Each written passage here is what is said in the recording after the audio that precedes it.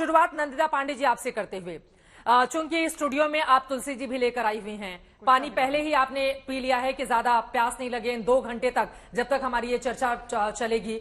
इसका क्या है धार्मिक महत्व जिसको लेकर आप नए सिरे से जानकारी देंगी, क्योंकि देश के अलग अलग हिस्सों में अब इसकी शुरुआत हो चुकी है, किस तरह से विस्तार से बताएंगे इसके बारे में आप? देखिए, जब भी ग्रहण पड़ता है तो बहुत ज्यादा स्कैटर्ड एनर्जीज हो जाती हैं, रेज हो जाती हैं, इंफ्रारेड रेडिएशन हो या अल्ट्रावायलेट रेडिएशन हो, ये काफी ज्यादा एक्सपैंडेड फॉर्म में रहती हैं और जो नॉर्मल हेल्दी एनर्जीज है वो कम रहती है। तो इसलिए जैसे नॉर्मल कहते हैं ना, दोपहर के बाद 12 से 3 बजे अल्ट्रावायलेट रेडिएशन बहुत ज्यादा होगा तो धूप में उस समय मत निकला करो आप, उसी तरह की स्थितियां कुछ इस समय रहती हैं।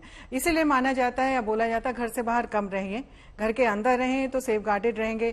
जहां तक आपने बोला जल ग्रहण करना, तो ये जैसे मैंने बॉटल है इसमें मैंने तुलसी डाल रखी है, तो तुलसी डाल देने से जल जो होता है इसमें नेगेटिविटी जो भी रहेगी जल की, अगर कोई भी रेडिएशन इसको खराब करिए तो तुलसी में प्रॉपर्टीज होती हैं। और एक और चीज है, कुशा घास होती है, ये कुशा घास है, तो इनमें दोनों में प्रॉपर्टीज होती है नेगेटिव एनर्जी को एब्जॉर्ब करने की। पार्ट में अक्सर इसका इस्तेमाल किया जाता है, इसीलिए किया जाता है क्योंकि ये नेगेटिव आयंस रिलीज करते हैं जो हमारे शरीर के लिए, उसकी तंदुरुस्ती के लिए बहुत अच्छे होते हैं। जो दर्शक हमारे इस वक्त बैठकर टीवी स्क्रीन पर देख रहे हैं, चूंकि चंद्रग्रहण अभी कुछ हिस्सों में लगने वाला है दिल्ली में थोड़ी देर के बाद, उनको क्या समझाएंगी? जल्दी से मैं चाहूंगी एक एक रिएक्शन बाकी लोगों से भी कि अभी वो क्या करें क्या ना करें।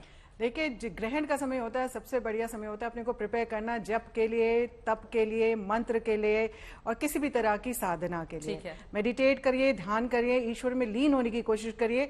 अपने अंदर की सकारात्मक ऊर्जा को जितना ज्यादा स्ट्रांग बनाते जाएंगे उतना ज्यादा जो भी नकारात्मक ऊर्जाएं आपके चारों तरफ है उससे आप समाप्ति की तरफ लेके जाएंगे, क्योंकि चंद्रमा मन सो जाता है, यानी कि चंद्रमा मन का कारक है। चंद्र ग्रहण है तो आपकी मानसिक स्थिति को, आपकी भावनात्मक स्थितियों को बहुत ज्यादा प्रभावित करता है। ये बड़ी बात आप कह रही हैं, मन का ये कारक है, जैसे सूर्य ऊर्जा का कारक है, ये मन का कारक है, शीतलता प्रदान करता है, और चंद्रमा नहीं होता तो हमारी जिंदगी क्या होती, इसके बारे में भी हम चर्चा करेंगे। लेकिन उसके पहले सीधे मनीषा जी आपके पास आते हुए, जो दर्शक हमारे साथ इस वक्त जुड़े हुए हैं, जो टीवी स्क्रीन देख रहे हैं, चंद्रग्रहण देश के अलग अलग हिस्सों में शुरू होने जा रहा है, उनके लिए क्या जानकारी देंगी, वो क्या करें क्या ना करें?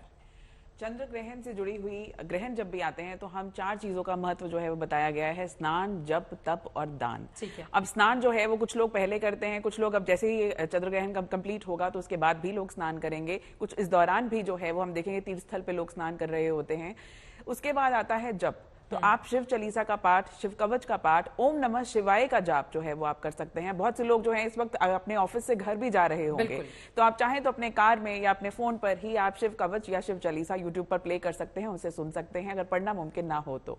ये तपस्या ही है कि कुछ खाया ना जाए, क्योंकि त्याग का बहुत बड़ा महत्व है, बहुमूल्य मंत्र है। त्याग क्या है? सांस लेने के लिए भी तो सांस छोड़नी पड़ती है ना, तो अगर कुछ घंटे खाने के बिना अगर रहा जाए तो क्यों नहीं पॉसिबल होगा। और साथ ही साथ देखिए, जब तक ये ग्रहण चल रहा है तब तक तो कम से कम हमें नहीं खाना चाहिए। और साथ ही साथ जो लोग सूतक का पालन करते हैं, सूतक के सारे सख्त नियमों का पालन करते हैं, तो वो अक्सर जो है सूतक में भी कुछ नहीं खाते पीते। सूतक की शुरुआत तो दिन से ही हो गई है, लेकिन इस वक्त ठीक है, बिल्कुल सुबह से ही हो गई है। लास्ट चीज आपको मैं कहना चाहूंगी जो है दान। तो दान जो है वो आप पहले भी कर सकते हैं, इस दौरान भी कर सकते हैं और ग्रहण के बाद भी कर सकते हैं। सफेद चीजों का अगर दान करेंगे जैसे कि चीनी, चावल, दूध, तो सबसे शुभ रहेगा। तो वो चंद्रग्रहण के बाद दान करने का मतलब स्नान के बाद, उसके बाद दान करने का कार्यक्रम बहुत सी चीजें जो है वो कही गई हैं। अगर आप पहले किसी को दान करना चाहते हैं, यानी कि सूतक काल में भी अगर आप ये दान करना चाहें तो किसी ना किसी हेल्पर को जो है वो आप कर सकते हैं। अपने घर में जो लोग डोमेस्टिक हेल्प हमारी काम करती है उन्हें दे सकते हैं।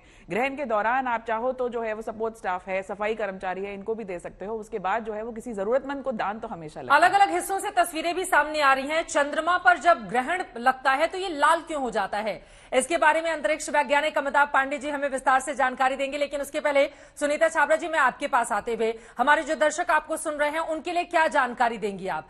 क्या करें क्या ना करें, किन बातों का वो ख्याल करें? चूंकि शुभ अशुभ को लेकर भी हिंदुस्तान में बहुत सारी मान्यताएं हैं। जो लोग सनातन धर्म में, हिंदू धर्म में विश्वास रखते हैं, वो इस खगोलीय घटना से एक तरीके से डरे हुए भी होते हैं। उनके लिए आप क्या बताना चाहेंगी? सबसे पहले आपने बिल्कुल, चित्रा जी बिल्कुल ठीक कहा कि लोग डरे हुए भी होते हैं कि ग्रहण हो रहा है, क्या होगा, डर जाते हैं कि क्या कुछ बुरा होने लगा। ये हम सबसे पहले मैं मतलब ग्रहण ना तो बुरे होते हैं ना अच्छे होते हैं, वे मूल रूप से जीवन में बहुत बड़े बदलाव का या परिवर्तन का दौर होता है। कुछ लोग देखेंगे कि इमीडिएटली किसी की लाइफ में इस समय में या विद इन 1 मंथ में कोई बदलाव आते हैं या 6 महीने के अंदर, क्योंकि हर 6 महीने बाद ही ये ग्रहण की एक वो तो परिवर्तन जो होता है जीवन का एक नियम है, चाहे वो आपके व्यक्तिगत जीवन हो या करियर हो, धन हो, पारिवारिक जीवन हो, किसी भी फील्ड में आप देखेंगे कि धीरे धीरे परिवर्तन आता है। और ये ग्रहण ही होते हैं जिससे ज्योतिषी रूप से कि इनका बहुत, इससे कोई डरना नहीं चाहिए कि भाई ग्रहण जो है कि बहुत खराब है या इससे बहुत कुछ नेगेटिव हो जाएगा। मैं उदाहरण के साथ इसे स्पष्ट कर देती हूँ कि जब सूर्य ग्रहण जब लास्ट मंथ हुआ था तो इंग्लैंड में जो भारतीय मूल के ऋषि सुनाक है, उन्होंने प्रधानमंत्री का पद संभाला था और उन्होंने किंग से, जो उनकी वहां की प्रथा है, वहां से किंग से मिले थे। और उस समय जो सूर्य ग्रहण था वो बिल्कुल प्रबल था, यानी बहुत स्ट्रांग था उस समय। और उन्होंने पास उसी से ठीक पहले जो है लिज ट्रस जो थी वहां की प्रधानमंत्री ने इस्तीफा दिया था। तो वो 45 दिन का कार्यकाल के बाद उन्होंने इस्तीफा दिया था। तो एक व्यक्ति के लिए तो खराब हुआ और दूसरे व्यक्ति के लिए अच्छा हो गया। बिल्कुल।